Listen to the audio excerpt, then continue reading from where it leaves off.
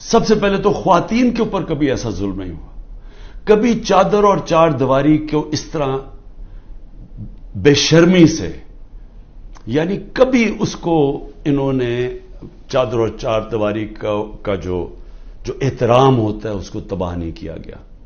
عورتوں کے اوپر ہی میں کبھی اپنی زندگی میں نے نہیں دیکھا کہ ہمارے ملک میں عورتوں سے یہ برتاؤ کیا جو کیا جا رہا ہے آج، صرف اس لیے کہ وہ یہ نہیں تحریک انصاف کی کوئی ممبرز ہوں یا کوئی آفس بیرر ہو، جو ٹویٹ بھی کرتی ہیں، جو حمایتی بھی ہیں، جو ووٹر بھی ہیں، ان کا بھی پتہ چلتا ہے، ان کو پکڑ لیتے ہیں.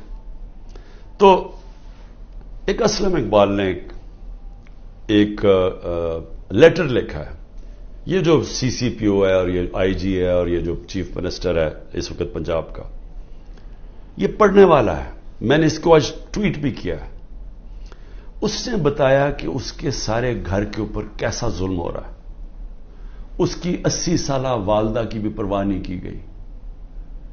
وہ آکسیجن کے اوپر ہے، ادھر گھس گئے، اس سے بدتمیزی کی، کیونکہ اسلم اقبال چھپے ہوئے ہیں.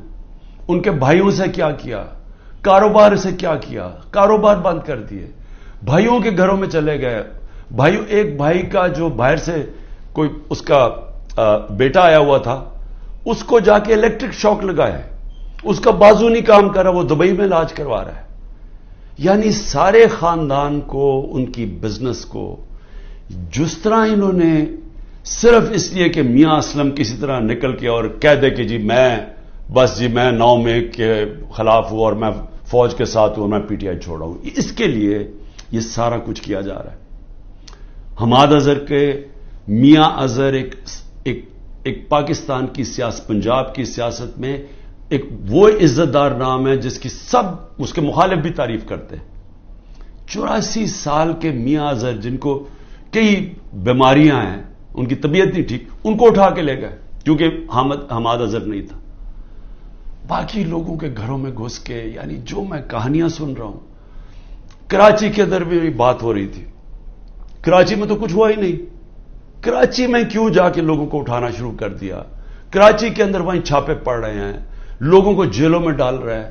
اور وہاں بیٹھا ہوا آصف زرداری جو ساری زندگی اس نے صرف ایک کام کیا ہے، مخالفوں کو کرش کیا ہے، مخالفوں کو ختم کیا ہے، جھوٹے کیسز، اور جو خریدا جاتا ہے اس کو خرید لیتا ہے، باقی ساروں کو وہ ختم کرتا ہے جو مافیاز کرتے ہیں.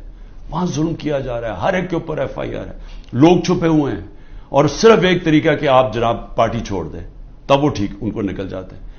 یہ بھی سوچ لیں کہ آج ہمارے انصاف کے نظام، یعنی یہ کیسے کوئی اس طرح کہ آپ کے اوپر ہر قسم کا کیس ہے، دہشت گردی کا سب کیس لگا ہوا ہے. جیسے ہی آپ نے کہا میں پارٹی چھوڑا ہوں، کیسز ختم. تو یہ کیا ہماری عدلیہ، ہماری لیگل کمیونٹی یہ نہیں دیکھ رہی کیا ہو رہا ہے؟ کیونکہ یہ تو سارے دنیا میں کسی بھی قانون یہ اجازت نہیں دیتا. تو اس کے علاوہ، ان کے علاوہ میں صرف یہ بتانا چاہتا ہوں کہ کراچی کے اندر جس طرح لوگوں کو انہوں نے جیلوں میں ڈالا ہوا ہے، اور جو مجھے سب سے زیادہ تکلیف ہے کہ جو ہمارے لوگوں کو، اگر جیل کے اندر جگہ 20 لوگوں کی ہے تو وہاں 60 لوگ بھرے ہوئے ہیں، وہ سو بھی نہیں سکتے، کئیوں کو کھڑا ہونا پڑتا ہے، کوئی سوتے ہیں، کھانا نہیں صحیح دیتے، کئیوں نے جس طرح کا کھانا دیا وہ لوگ کھانا نہیں کھا سکتے، کئیوں کے پیٹ خراب ہو گئے ہیں. یعنی ان کنڈیشنز کے اندر سیاسی ورکرز کو رکھا ہوا ہے، جو سب سے شرمناک بات ہے، کیونکہ کوئی مجرم نہیں ہے. یہاں اتنے بڑے مجرم جنہوں نے اربوں روپے کا اس ملک کو نقصان کر کے پھر منی لانڈرنگ کر کے ملک سے پیسہ باہر بھیجا ہوا ہے، کیا ان کی ایسی ٹریٹمنٹ کسی کی تھی؟ کیسز تو پرانے بنے ہوئے تھے، کیا کسی کو ایسے رکھا گیا تھا؟ تو یہ سارا پلان بنا ہوا ہے صرف ایک پارٹی کو ختم کرنے کے لیے. تو یہ پارٹی کو ختم کرتے کرتے کیا یہ جو اس وقت طاقت میں بیٹھے ہوئے ہیں، ان کو اندازہ ہے کہ یہ پاکستان سے کیا کر رہے ہیں؟ کیونکہ ملک، دنیا میں ملک کھڑا ہوتا ہے رول آف لا پہ.